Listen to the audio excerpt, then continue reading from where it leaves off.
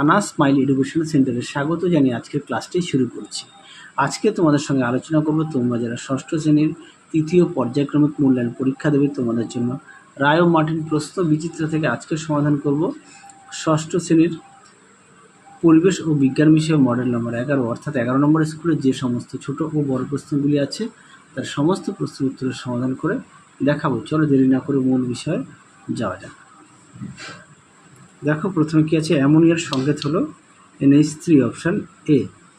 2 দাগের প্রশ্নের উত্তরটা হবে অপশান বি 4টি, 3-এর উত্তরটা হবে অপশান বি সেকেন্ড, 4-এর উত্তরটি হবে অপশান বি 3.14, 5-এর উত্তরটা হবে ডাইন অপশান এ, 6-এর উত্তরটা হবে রেমন্ড লেন্ডামিন অপশান বি, 6 দাগের প্রশ্নের উত্তরটা হবে অপশান সি ওজোন, 7-এর উত্তরটা হবে অপশান বি নিকেল, 9-এর উত্তরটা হবে অপশান এ আয়তন,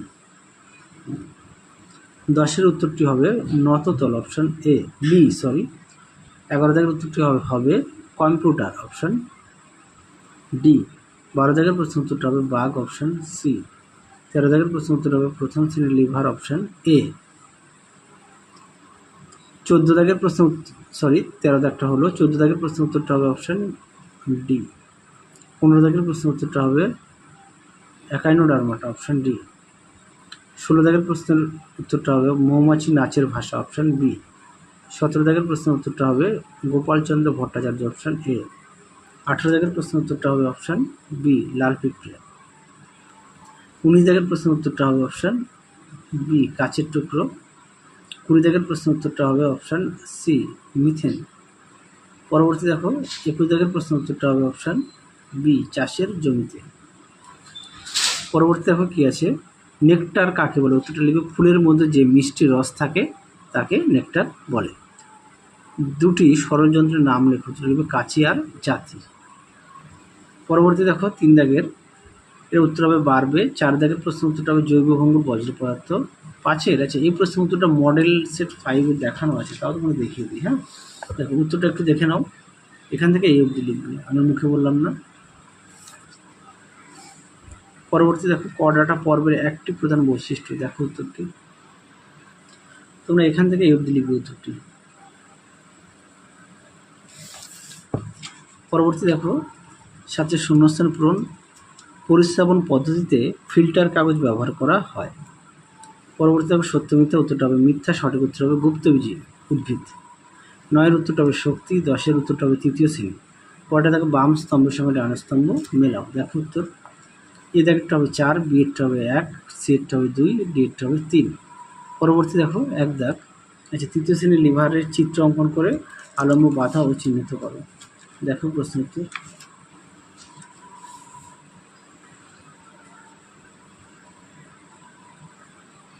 দেখো চিত্রটি, এটা বাধা, এটা বল, এটা আলম্ব, পাঠ্য বই থেকে দেখে নিতে পারো। 2 দাগ দেখো প্রশ্নের উত্তরটি, প্রশ্নটা দেখো,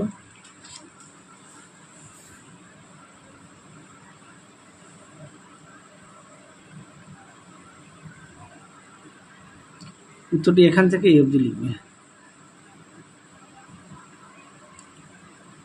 কারণটাও লিখবে। পরে দেখো হাতি সমাজের নিয়ম খুব কড়া কেন একথা বলা, এটা পাঠ্য বইতে 166 পেজে পেয়ে যাবে। পরে দেখো বাঘ কীভাবে তার এলাকা চিহ্নিত করে, দেখো প্রশ্ন উত্তর। দেখো এখান থেকে এই অবধি লিখবে।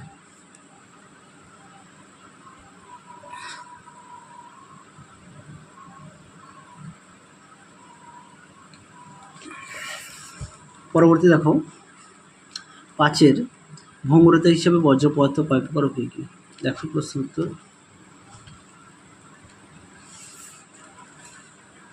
আচ্ছা একটু দেখে নিও এই প্রশ্ন উত্তরটি। পরে দেখো 6 দাগ, 6 দাগের প্রশ্ন উত্তরটা হবে বাঘ, সাপ হবে মেরুদণ্ডী, আর হচ্ছে তৃণভূমি অমেরুদণ্ডী হচ্ছে জোনাকি আর কেঁচো। তারপরে দেখো সোনার চিহ্ন কি, উত্তরটা লিখবে AU। পরবর্তী দেখো কয়লা গুঁড়ো লোহার গুঁড়োর সঙ্গে মিশে গেলে কীভাবে তাদের পৃথক করবে, উত্তরটা লিখবে চুম্বকীয় বিভাজন পদ্ধতিতে ব্যবহার করে পৃথক করা যাবে। আচ্ছা গড় সৌরদিন কাকে বলে, দেখো প্রশ্ন উত্তর।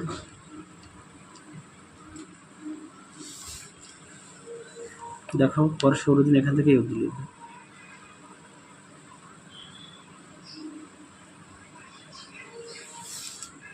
পরবর্তী দেখো কিউবাইট কি, এটা পাঠ্য বইতে 65 পেজে আছে, দেখে নিও।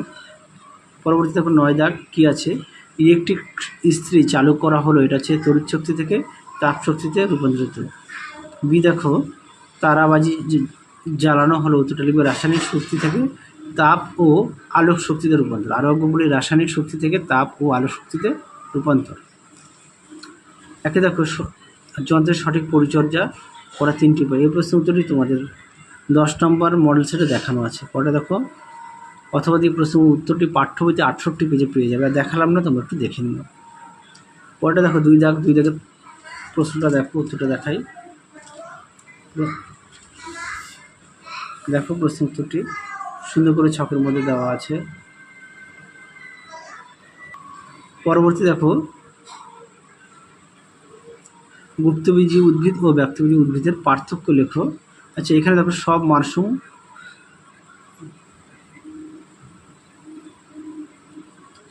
মাশরুম খাওয়া যায় না, কারণ এই প্রশ্ন উত্তরটা আগে দেখাই। তোমরা এখান থেকে পেয়ে যাবে, হ্যাঁ, এখান থেকে উত্তরটা পেয়ে যাবে। সরি, তোমরা দেখো অনেক সময় এখান থেকে দেখো অনেক সময় খড়ের গাদাতেও এদের জন্মাতে দেখা যায়। অনেকে মাশরুমকে আবার খাদ্য হিসেবে গ্রহণ করে, আবার অনেক জাতের মাশরুম খাওয়া যায় না, কারণ সেগুলি বিষাক্ত হয়। যেমন কয়েকটি খাদ্যযোগ্য মাশরুম হলো, এগুলো দেখো দেওয়া আছে, দেখে নিও। পরটা এটা দেখো পার্থক্যটা দেখাই। দেখো ব্যক্তবীজী আর গুপ্তবীজী পার্থক্য একটু আগে পরে দেখানো হলো, একটু মিলিয়ে নিও। 4 পদ্ধতি আগের ভিডিওতে দেখানো আছে, সেই কারণে দেখালাম না। একটি সাপের নাম লেখো যা বাচ্চা প্রসব করে, লিখবে চন্দ্রগোড়া। অ্যানিফিলিস মশা ফিলিক্স মশা কীভাবে চিনবে, দেখো প্রশ্ন উত্তরটি।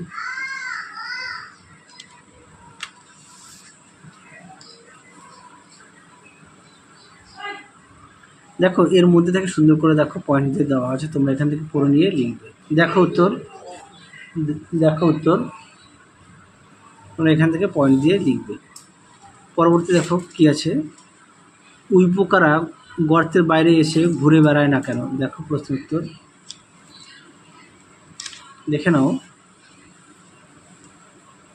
প্রশ্নটা দেখো, উত্তরটা এখান থেকে লিখবে। পরবর্তী দেখো কি আছে, অথবা দিয়ে হাসপাতালে হচ্ছে স্যালাইনের বোতল, ইঞ্জেকশনের সিরিঞ্জ, হ্যাঁ, আর হচ্ছে বাজারে তোমরা প্লাস্টিক, কাঁচ ভাঙা, এগুলো লিখতে পারো। পরে দেখো একক পদ্ধতি কী, দেখো প্রশ্ন উত্তর দেখো একক পদ্ধতি কী, দেখো একক পদ্ধতি, এখান থেকে এই অবধি লিখবে। পরবর্তী প্রশ্ন দেখো আন্তর্জাতিক প্রমাণ মিটার ব্যবহারের সুবিধাগুলো উল্লেখ করো। দেখো ব্যবহারের সুবিধা, এখান থেকে এই অবধি লিখবে। পরবর্তী প্রশ্ন দেখো শ্রমিক মৌমাছিরা কী কী কাজ করে, দেখো উত্তর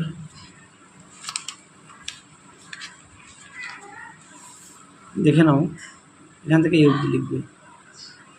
পরবর্তী প্রশ্ন দেখো তুমি মাথায় ফোয়ারা দেখা যায় কেন, দেখো প্রশ্ন উত্তর, দেখো উত্তরটি, প্রশ্নটা দেখো, উত্তরটা এখান থেকে এই পর্যন্ত লিখবে, এখান থেকে এই অবধি লিখবে। আচ্ছা, এর সঙ্গে আরেকটু লিখবে। দেখো পরবর্তী শেষ প্রশ্ন দেখো কেলাসন কাকে বলে, দেখো প্রশ্ন উত্তর,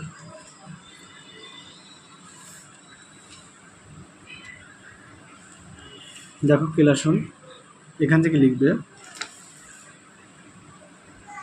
সরি, প্রশ্নটা বলেছে কেলাসন, তাই তো, কেলাসন হবে এটা, হ্যাঁ ভুল বললাম, কেলাসন এটা লিখবে, এখান থেকে এই অবধি।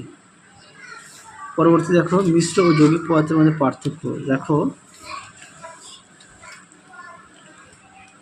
দেখো মিশ্র পদার্থ ও যৌগিক পদার্থের মধ্যে পার্থক্য, অবশ্যই বিষয়গুলো উল্লেখ করবে।